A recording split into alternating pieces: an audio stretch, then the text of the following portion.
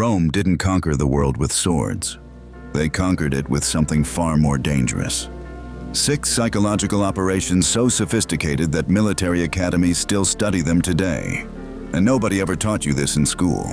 I'm handing you the exact system Roman generals used to defeat enemies before the first blade was drawn.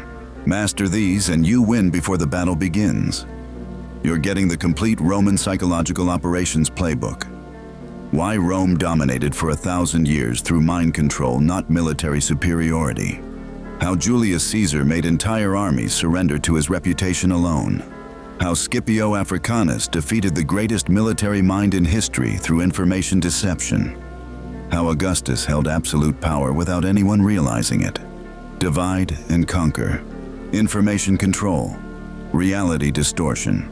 Perception management. Fear amplification. Strategic mercy. 6 operations. 1 empire that lasted 1,000 years. Here is why Rome ruled through psychology. Their military was powerful, but their psychological operations were the real weapon. The Roman Senate understood one principle above everything else: control the mind, control the man. Key figures understood this at a level no civilization had reached before. Julius Caesar, Augustus, Scipio Africanus, and even Hannibal, their greatest enemy, the man they studied obsessively and then replicated. Roman generals absorbed Greek psychology and combined it with Roman ruthlessness. The result was the most sophisticated psychological operations system the ancient world had ever produced. Enemies surrendered before battle through psychological pressure alone. Not fear of Roman swords, fear of Roman minds. Here is what made this different from every other empire. Most civilizations fought for territory. Rome fought for complete psychological submission. Territory could be reclaimed. A broken mind couldn't. That distinction built a 1,000-year empire. Tactic 1 is divide et impera, divide and conquer. Rome's most devastating psychological operation. Never fight a unified enemy when you can split them first. Caesar deployed this throughout the entire Gallic campaign. Sent different messages to different tribes simultaneously. Told Tribe A that Tribe B was negotiating secretly with Rome. Told Tribe B that Tribe A had already surrendered. Neither was true. Both believed it completely. By the time battle came, the Gauls were fighting each other, not the Romans.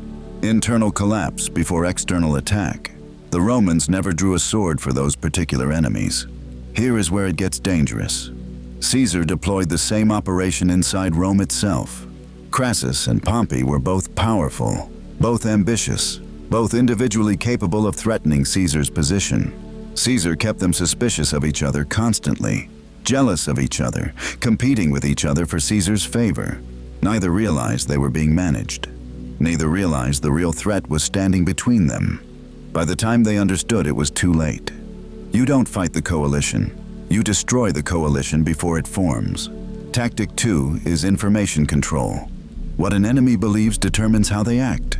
Control the belief. Control the action. Scipio Africanus understood this with terrifying clarity. Campaigning in Spain against Carthaginian forces, he allowed specific false information to spread about Roman weaknesses. Let Roman scouts be captured carrying fabricated intelligence reports. Enemy commanders advanced confidently into carefully prepared Roman positions. They believed they had the intelligence advantage. They had nothing but Roman deception dressed as truth. Caesar deployed information control before crossing the Rubicon. Let word spread that his legions were exhausted and demoralized, that his men were ready to mutiny. Pompey's allies believed it completely, delayed their response, failed to fortify the positions that mattered. Caesar's army crossed at full strength into an unprepared enemy. Pompey fled Italy without fighting a single significant battle. Caesar didn't defeat Pompey with legions. He defeated him with a story. Information is not just intelligence. Information is a weapon. Control what they know. You control what they do. Tactic 3 is reality distortion. Make them doubt what they know is true. Before the Battle of Zama, Scipio versus Hannibal. The two greatest military minds of their generation facing each other for the first time. Romans spread specific rumors through the Carthaginian ranks that Hannibal's Numidian cavalry commanders had already secretly negotiated with Rome, that key battlefield officers had accepted Roman gold weeks earlier. Hannibal's own allies began doubting the commanders beside them, questioning loyalties that had never wavered, wondering who had already switched sides. The battlefield was poisoned before a single soldier moved. Caesar used this same operation inside the Roman Senate, used trusted intermediaries to plant specific fabricated doubts. Had allies suggest that rival senators had said things they had never said. Rivals confronted each other demanding explanations. Explanations that made no sense because the original statements never existed. The confrontations themselves created more suspicion, more doubt, more paralysis. Cannot act decisively when you doubt your own perception. Cannot lead effectively when your own men question your orders. That doubt was the weapon, not the lie itself. Here is what made Rome truly unstoppable, not each tactic operating alone. The combination. Divide the alliances. Control the information. Distort the reality. By this point, the enemy is already losing. The battle is just the confirmation. Pay attention to the next 3 operations. This is where Rome became something different entirely. Tactic 4 is perception management, controlling completely how others see you. Augustus Caesar mastered this above every other Roman in history. After civil war, Rome was exhausted and desperate for stability. Augustus held absolute power over the entire Roman world, but he understood something critical. Calling himself emperor would trigger immediate and dangerous resistance. The memory of kings was toxic in Roman culture. So Augustus called himself princeps, first citizen, servant of the Senate, the same absolute power, a completely different perception, zero organized resistance. He held total control while appearing to share it. That distinction kept him alive and in power for 40 years. Roman generals deployed perception management before every significant battle, elaborate rituals performed in full view of both armies simultaneously. Priests sacrificing animals, priests reading entrails and announcing divine favor for Rome. The enemy watched these rituals from their own lines, believed the gods had already decided the outcome. Psychological defeat before the first physical movement. Perception is not separate from reality in psychological operations. Perception becomes reality. Control the perception first. The outcome follows. Tactic 5 is fear amplification, making enemies defeat themselves completely. Romans understood that fear makes enemies profoundly irrational. Before major sieges, Roman commanders surrounded the target city with complete encirclement, cut every supply line, cut every communication route, then waited. Didn't attack immediately. Let fear build inside the walls without any external pressure. Citizens imagining what Roman entry would look like, imagining legions breaking through the gates, imagining what happened after, arguments breaking out inside the city between defenders, morale collapsing faster than any Roman assault could have achieved, surrender happening without a single Roman soldier dying. Caesar's reputation became his most powerful operational weapon over time. By the height of his Gallic campaigns, his name preceded him into every new territory. Entire tribes surrendered to the idea of Caesar, without engaging with the reality of Caesar. Pompey's allies abandoned him before a decisive battle was even fought, not because they had faced Roman legions directly, because they had faced the idea of facing Roman legions. The fear of what might happen is always more debilitating than what actually happens. Amplify the fear. Let it work inside them before you ever arrive. Never spend a sword when fear will fight the battle for you. Tactic 6 is strategic mercy. Caesar's most underestimated psychological operation by far. He called it clementia, divine mercy. After defeating enemies in the field, instead of destroying them completely as Roman tradition encouraged, Caesar showed deliberate and public mercy, gave former enemies positions of honor within Roman administration, allowed defeated commanders to keep their dignity and their lives. Psychological debt was created in that moment. Those he spared found themselves unable to fight a man who had spared them. They had expected death. They received mercy instead. Now they were psychologically bound in ways iron chains could never achieve.